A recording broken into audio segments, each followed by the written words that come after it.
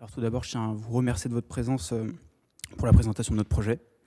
Notre projet s'est intéressé à la problématique suivante. Comment optimiser un traitement au niveau d'une parcelle en tenant compte de la variabilité spatiale au sein d'une parcelle. Alors, on va prendre le point de vue global pour commencer d'une exploitation. Et donc, une parcelle d'une exploitation n'est pas uniforme. En effet, du fait de la variabilité de la composition du sol, de l'historique de la parcelle, des intrants qui ont été utilisés dans le passé, on va voir des comportements qui seront différents en fonction de la zone dans laquelle on se situe au niveau de la parcelle. Et donc ça conduit à la formation de zones dites vulnérables ou de zones d'hétérogénéité au sein d'une parcelle. Et ces zones ne nécessitent pas forcément le même traitement. Et donc actuellement, on applique dans la majorité des cas un traitement uniforme, là où une parcelle est hétérogène, c'est-à-dire qu'elle contient plusieurs zones d'hétérogénéité en son sein. Et donc, le but, ça va être d'identifier ces hétérogénéités, déterminer des caractéristiques de ces hétérogénéités, le plus précisément possible et le plus robustement possible, pour pouvoir piloter les intrants qu'on va appliquer au niveau de la parcelle. Donc ici, on peut voir que en fait, les hétérogénéités sont visibles vues du ciel. Ici, sur cette image satellite, on a deux zones, une zone avec une forte densité de végétation et une zone avec une faible densité de végétation. Et ces deux zones ne nécessitent pas les mêmes traitements. Et donc un traitement uniforme ne va pas avoir pour effet d'avoir un rendement optimal. Et pour avoir un rendement optimal, il va falloir établir un traitement sur une zone d'hétérogénéité et un différent traitement sur l'autre zone d'hétérogénéité. Et donc l'enjeu, c'est de cartographier ces hétérogénéités pour ajuster la bonne dose d'intrants au bon endroit et au bon moment. Alors prenons un petit exemple. Ici en abscisse, vous avez représenté donc, une parcelle hétérogène, chaque couleur représentant une zone d'hétérogénéité. Et on voit qu'en fait, les besoins de la parcelle exprimés en ordonnée ne sont pas les mêmes. Et donc si on applique un traitement uniforme à la parcelle, représenté par la droite horizontale rouge, eh bien, on aura d'un côté une utilisation excessive d'intrants, une utilisation excessive de ressources, et donc et aussi dans certaines autres zones, une utilisation qui ne suffit pas, et qui donc va constituer un manque à gagner. Et donc, il y a deux problèmes liés à cela, qui découlent de cela. D'une part, l'impact environnemental que ça a, puisque appliquer beaucoup d'intrants a un impact environnemental élevé, et la réduction du rendement. Et donc, il y a aussi cet impact économique qui touche les agriculteurs. Et il y a à peu près 436 000 exploitations agricoles en France, dont la superficie moyenne est de 63 hectares. Et on estime à peu près à 100 000 € le chiffre d'affaires d'une exploitation par an. Et on estime que la prise en compte de cette variabilité au sein de la parcelle pourrait permettre de gagner 11 000 € par exploitation par an. Alors la solution qu'on propose, elle est axée sur deux parties. La première partie, donc déjà c'est un outil qui va s'adresser principalement aux agronomes, qui vont se situer au centre de plusieurs acteurs.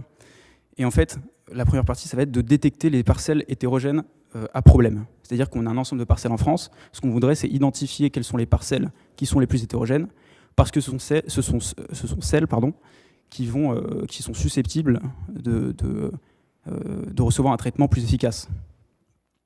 Et donc, cette tâche est actuellement faite principalement à la main. Ça prend beaucoup de temps, on perd beaucoup d'argent.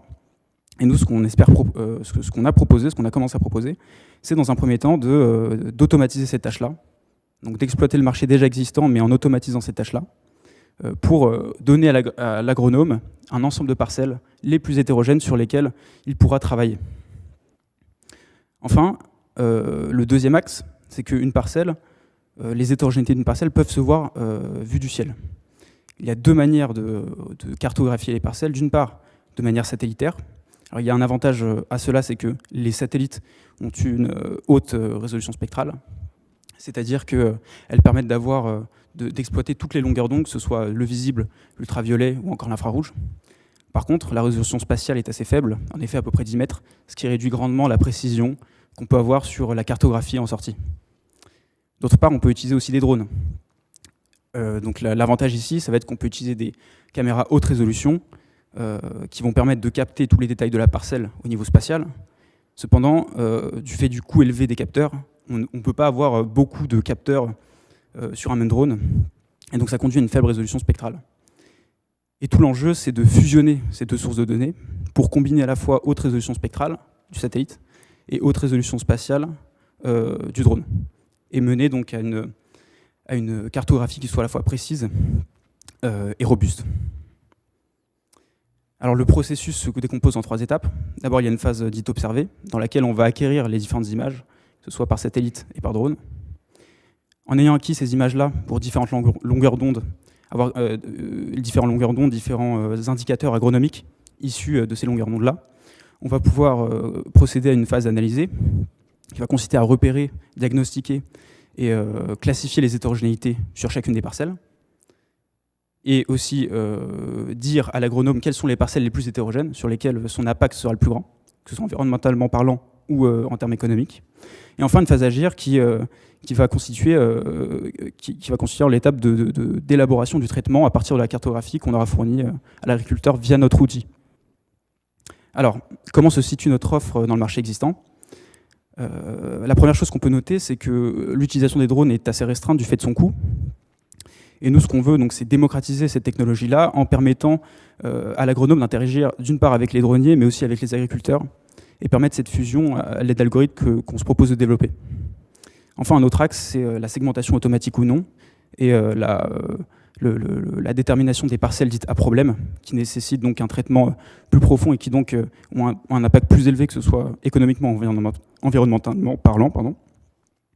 Et donc, on a observé que, globalement, les entreprises qui faisaient ça utilisaient parfois du drone, mais pas à grande échelle, et manifestement n'avaient pas ou ne proposaient pas de manière claire une segmentation qui soit automatique et qui permette de déterminer des hétérogénéités, les parcelles les plus hétérogènes.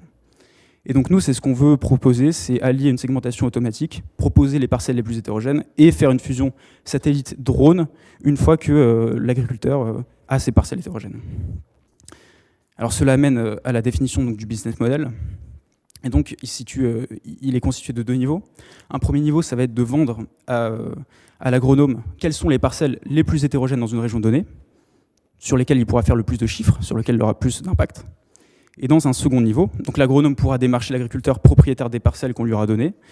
Et une fois qu'il aura cette information-là, il pourra, dans un second temps, avoir une carte de fusion satellite-drone, une fois qu'il aura fait appel à des droniers, louer des drones, pour lesquels on se propose de le mettre en relation.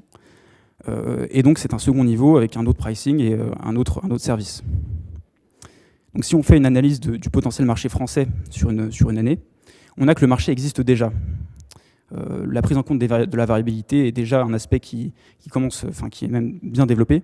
Nous, ce qu'on apporte, c'est une fusion qui soit plus précise et un ciblage qui soit aussi plus efficace. Et donc, si on prend les 65 000 agronomes français, on estime à peu près, il est raisonnable de penser qu'à peu près 10% d'entre eux vont pouvoir faire appel à des outils issus de l'agriculture de précision.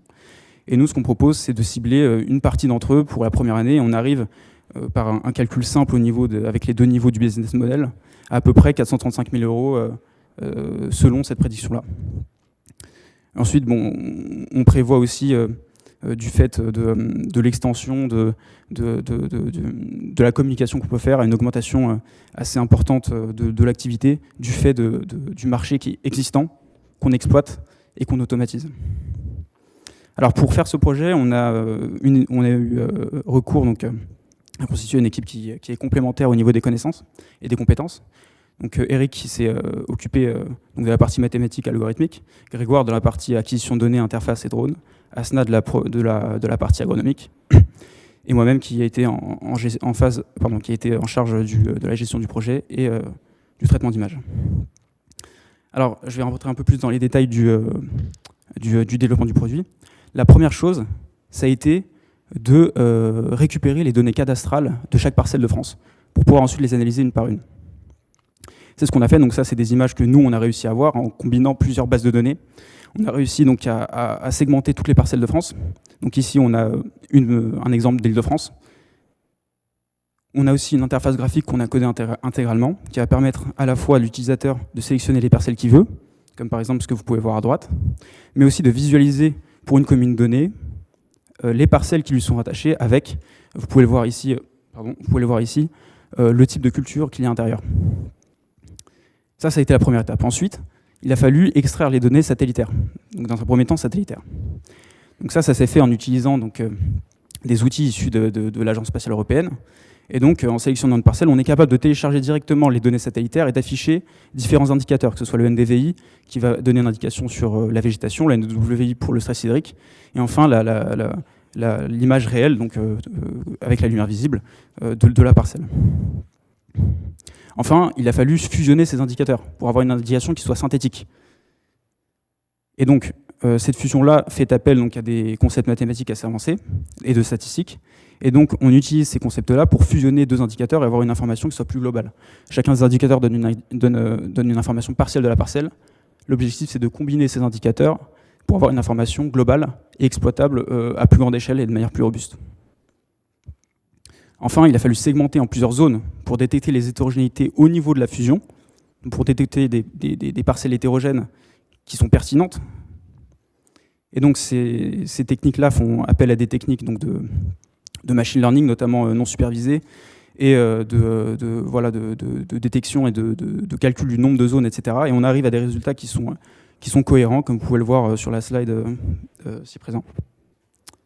Enfin, si on a une vue plus globale, voilà, on sélectionne une parcelle, on télécharge les données, on exécute, et on a on peut donc visualiser les résultats de cette manière-là. Enfin, je vais vous montrer la vidéo pour montrer plus précisément comment fonctionne le prototype. Donc voilà, on s'est logué. Ici, donc voilà, on peut se balader. Donc je précise, c'est nous qui avons donc tout codé de A à Z au niveau de cette interface-là. Donc voilà, on peut se balader sur la carte, de cette manière ici. Donc là, on reconnaît la France.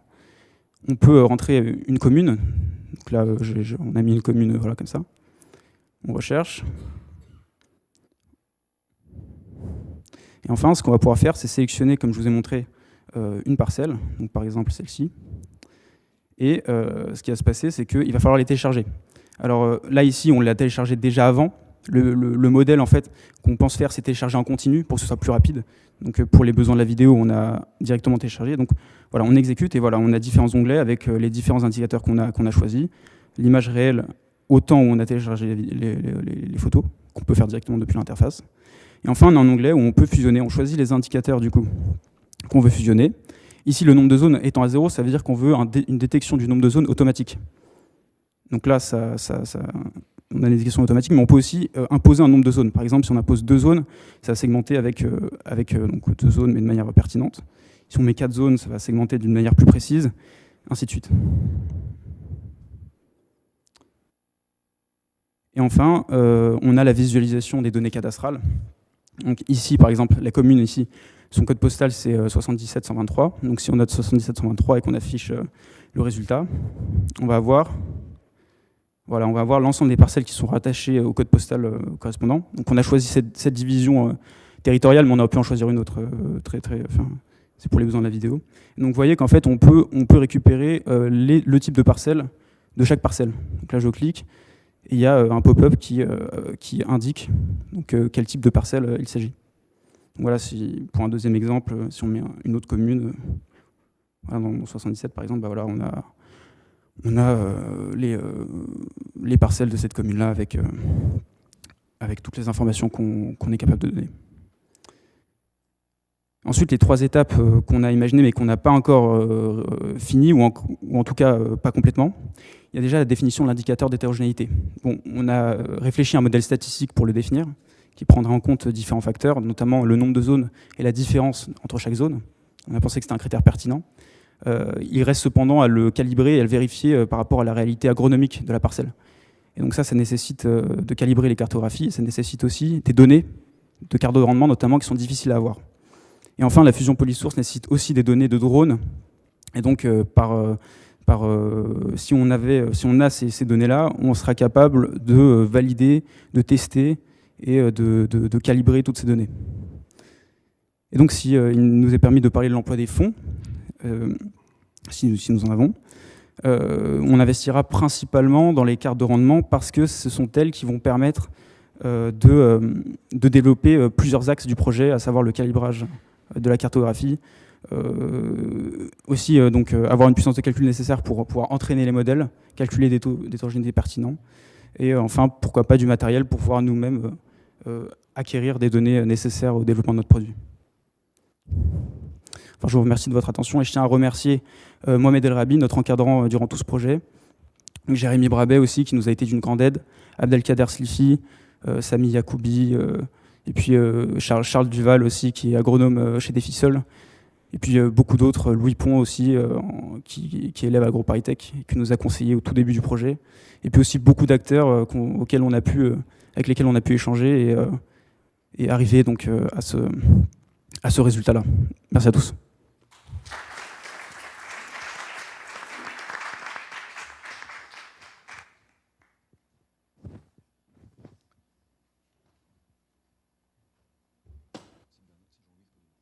Oui, alors une première question.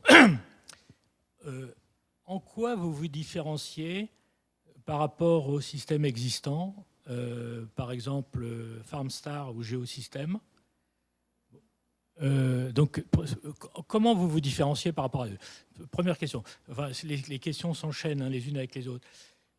Deuxièmement, vous dites comment vous allez passer. Bon, là, vous avez votre système cartographié, mixte entre satellite et drone, mais est-ce que vous avez avancé dans l'application du traitement de ces données? Parce que vous dites, je vais vendre ça à des agronomes, il y en a 65 000 en France, sauf que les agronomes, ce n'est pas comme les géomètres, les médecins, il n'y a pas d'ordre des agronomes, et donc leur vendre quelque chose, ce n'est pas si évident que ça. Donc comment est-ce que ça ne vous paraît pas un petit peu théorique, ça, de passer par eux pour vendre votre produit? Du coup, pour la première question, donc nous, ce qui est bien dans notre projet, c'est qu'à la base, la segmentation, elle est faite à la main, c'est-à-dire on sélectionne les parcelles donc à la main. On sélectionne les parcelles à la main, donc ça prend du temps. Enfin, disons que si on prend 3 secondes par parcelle et qu'on a, je sais pas, 100 000 parcelles à segmenter, faut multiplier par le temps, puis il faut payer quelqu'un pour le faire. Donc dans notre projet, on se propose de le faire automatiquement. Donc c'est un gain de temps et d'argent qui est considérable. Donc ça, c'est pour la première question. Et aussi, la fusion des données, ce sera notre propre algorithme. Oui, et on se propose aussi de faire du coup de la fusion entre les drones et les images satellites. Donc ça, on le fera dans le futur. Et ça, c'est pas encore proposé. Et ça peut être quelque chose de vraiment intéressant, quoi. Comme ça, on a une précision à plus de niveaux, quoi. On a une précision spatiale qui est beaucoup plus intéressante avec les drones. Et donc, si on le fusionne avec des parcelles, ça peut être très intéressant.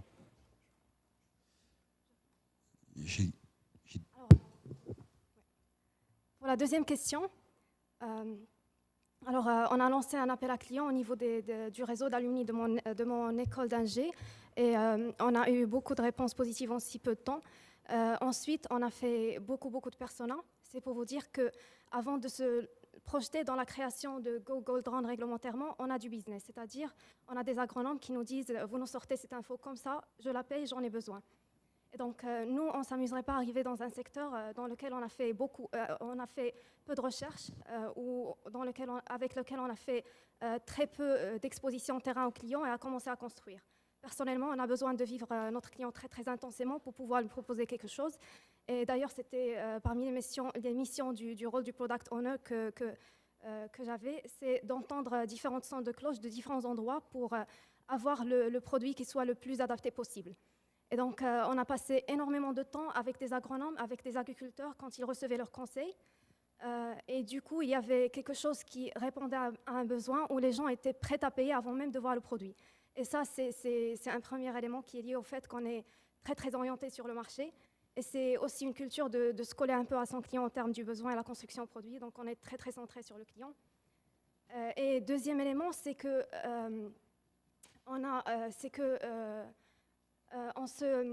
on travaille sur des sujets, des verrous technologiques assez complexes, assez différenciantes, et qui vont permettre à Go Drone de se créer une position sur le marché qui soit assez stable et différenciante à une échelle internationale. J'ai des questions complémentaires, c'est par rapport à l'hétérogénéité. C'est-à-dire qu'au début, on passe de l'hétérogénéité à la bonne dose, au bon endroit, au bon moment. Donc, quelque part, c'est la définition d'agriculture de précision. Ça nécessite d'identifier la nature du facteur limitant. Comment... D'accord, parce que l'intrant, ça peut être l'azote, ça peut être l'eau, ça peut être des maladies, etc. Donc, comment on passe d'une carte NDVI à une carte de préconisation par rapport à un facteur de production? Ça, c'est ma première question. J'en ai d'autres. La deuxième, c'est la notion d'hétérogénéité versus j'ai pas d'hétérogénéité, ça n'a pas de valeur. Je suis agriculteur. J'ai une parcelle homogène. Est-ce que ça n'a pas la même valeur en termes d'information que de savoir que ma parcelle est hétérogène? Donc, est-ce que cette notion de valeur, est-ce qu'elle n'est pas, j'allais dire, conditionnée par le fait que votre outil est destiné à un agronome? Donc, deuxième question. Et ma troisième question, c'est l'aspect dynamique. Quelque chose qui est hétérogène, ça peut être pérenne, parce que c'est lié au sol, par exemple. Le sol, il est superficiel, il est profond. Ou alors, ça peut être dû à un facteur limitant dont l'effet, j'allais dire, est éphémère. Donc, comment vous gérez cet aspect de dynamique dans votre approche? Alors, pour la première question qui concerne donc les cartes de préconisation, si je ne me trompe pas. Alors, en fait, nous, l'esprit, c'est qu'on va mesurer les effets. C'est-à-dire qu'à posteriori, on va voir quelles sont les zones d'hétérogénéité sur une parcelle. Mais on ne dit pas comment ou qu'est-ce qui a amené la formation de cette hétérogénéité. On donne cette information donc à l'agronome qui, lui, va, par les effets, il va déduire qu'il y a une composition du sol ou, comme vous l'avez dit, une densité de végétation qui est différente à cause de l'apport en eau qui est différent ou de la constitution du sol qui est différente. Mais en fait, nous, on lui donne simplement des zones sur lesquelles la parcelle se comporte à peu près de manière homogène. Et donc après, c'est à lui d'aller faire le nécessaire sur chacune de ces zones et déterminer lui-même en fait, les causes de l'hétérogénéité. En fait, on lui donne simplement une cartographie sur laquelle il peut se concentrer. Il prend un endroit de l'hétérogénéité, il fait ses mesures, etc. Il détermine par exemple qu'il manque de l'eau. Et donc, il pourra appliquer ce traitement à toute l'hétérogénéité grâce à notre outil parce que cette hétérogénéité, voilà, en son sein, elle est assez homogène, quoi. Alors ensuite, pour la deuxième question, c'était pour l'homogénéité. Alors, c'est vrai que nous, on est très tourné hétérogénéité. On se concentre d'abord sur ça. Enfin, du coup, c'était une première étape. C'est-à-dire que notre constat, c'était que l'hétérogénéité permet de gagner pas mal d'argent sur une exploitation moyenne. Du coup, on s'est principalement concentré sur cet aspect-là. Après, effectivement, savoir qu'une parcelle est homogène, ça pourrait aussi dire, si je réussis à améliorer le traitement pour une partie de la parcelle, je réussis à améliorer le traitement pour toute la parcelle. Donc finalement, ça pourrait aussi avoir de la valeur, et on pourrait aussi creuser donc, cet aspect-là. Donc oui, pourquoi pas dans un second temps. On n'y a pas vraiment réfléchi, mais c'est envisageable. C'est envisageable. Et enfin, la troisième question, c'était... Ah oui, ça c'est intéressant. En fait, une chose aussi qui est très importante, c'est que l'hétérogénéité, on l'étudie dans le temps. Pourquoi? Parce qu'en fait, on télécharge les données satellitaires, mais le satellite, il donne des données quotidiennement. Donc, avec un travail de stockage des hétérogénéités, on va être capable de dire cette hétérogénéité d'une année à l'autre, elle reste. Elle est restée pendant 2 ans, 3 ans, 4 ans. Et donc, si elle reste, c'est que la modification, elle a été durable. C'est-à-dire que le problème, il est ancré à cet endroit de la parcelle. Après, effectivement, si le problème est éphémère, s'il dure qu'1 an et qu'ensuite on ne l'a pas vu depuis pendant 10, 15 ans, on peut effectivement se dire que c'est dû à un aléa de cette année-là, mais que finalement, ce n'est pas quelque chose qui va impacter réellement le rendement. Donc, c'est vraiment l'étude dans le temps qui va permettre de répondre à cette question-là, la persistance des hétérogénéités.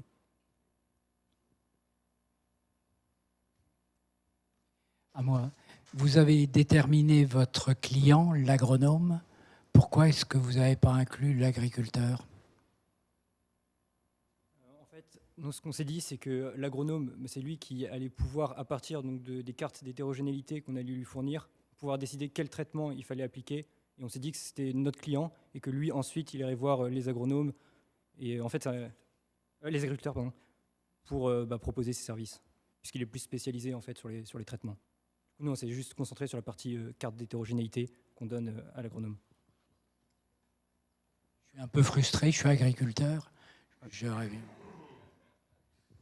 juste rajouter quelque chose, c'est qu'effectivement, dans une perspective future, en entraînant des modèles, mais du coup ça demande beaucoup de données, on pourra, pourquoi pas, faire des cartes de préconisation qui sont qui prennent qu'en entrée un certain type d'hétérogénéité.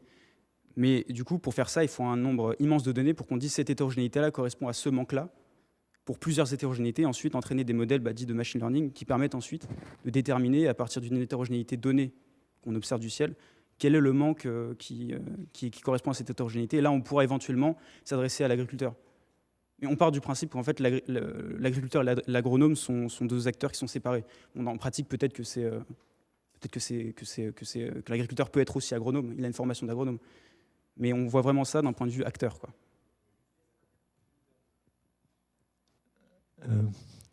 Alors, Oui, bien sûr, mais ce que je veux dire, c'est que...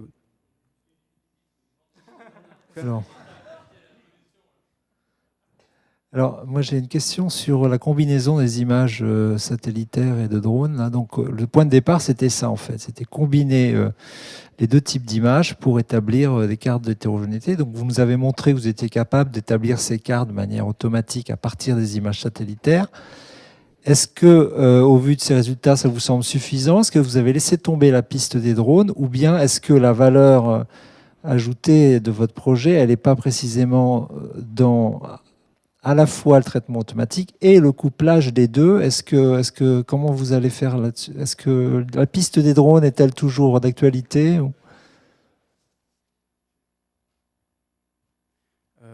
Alors oui, la piste des drones est toujours d'actualité, mais je pense que ce à quoi vous faites référence, c'est le pilotage autonome du drone, qui était aussi une idée qu'on avait eue, mais finalement on s'est dit que d'un point de vue business, c'était mieux de louer des drones. Sinon, la fusion en termes d'images drone-satellite est toujours d'actualité, effectivement. En fait, ce qu'on fait, c'est plusieurs choses. Il y a plusieurs fusions. Il y a la fusion d'indicateurs, c'est-à-dire NDVI, NDWI par exemple, qui sont deux indicateurs. Il y a aussi la fusion entre différentes sources, que ce soit drone, satellite. Et ça, ça reste une valeur ajoutée forte de notre projet. Et en plus de ça, on a trouvé le moyen de donner à l'agronome en fait, les parcelles les plus hétérogènes qui pourra démarcher et qui seront donc ses potentiels clients. Voilà, c'est ça, en résumé, nos trois axes de valeur ajoutée. Okay. Ouais, je voulais juste vous poser une question pour être sûr de bien comprendre, parce que je ne suis pas très agronome, même pas du tout. Donc si j'ai bien compris, votre solution permet en fait de connaître le type de culture qu'il y a dans un champ. Oui, non? Est-ce qu'on peut savoir le type de culture? Pardon, j'ai pas compris. Est-ce qu'on peut savoir le type de culture qu'il y a dans une parcelle? Donc on sait ça. On doit avoir des données sur la qualité de la parcelle, donc j'imagine un peu de son rendement. On doit pouvoir projeter ça. Le rendement de la parcelle, on n'a pas... Vous pourriez le projeter si vous avez un peu de culture et des moyennes. Est-ce que vous pourriez pas essayer de... Enfin, est-ce qu'une idée, ça serait pas aussi de trouver d'autres personnes qui pourraient vouloir acheter ce type de données? Parce que ça veut dire que si j'ai bien compris, moi je peux aller, en vous payant vous, regarder la parcelle de Bernard, voir ce qu'il plante et voir la qualité de sa parcelle. Donc ça doit pouvoir intéresser, j'imagine, des traders en céréales ou des promoteurs immobiliers ou des investisseurs qui voudraient acheter la ferme de Bernard à bon prix. Est-ce que c'est des choses que vous avez identifiées en positif, en négatif, en vous protégeant de ça ou en l'embrassant, pourquoi pas? Effectivement, on avait une réflexion à propos des assureurs.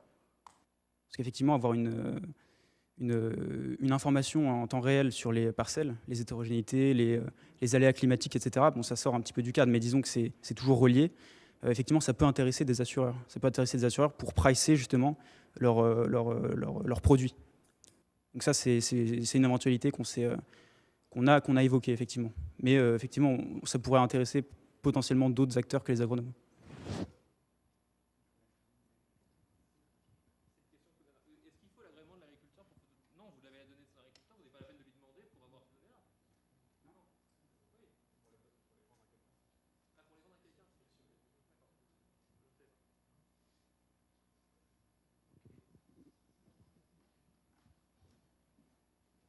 Y a-t-il d'autres questions?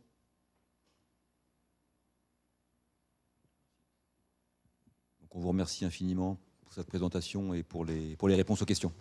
Merci à vous.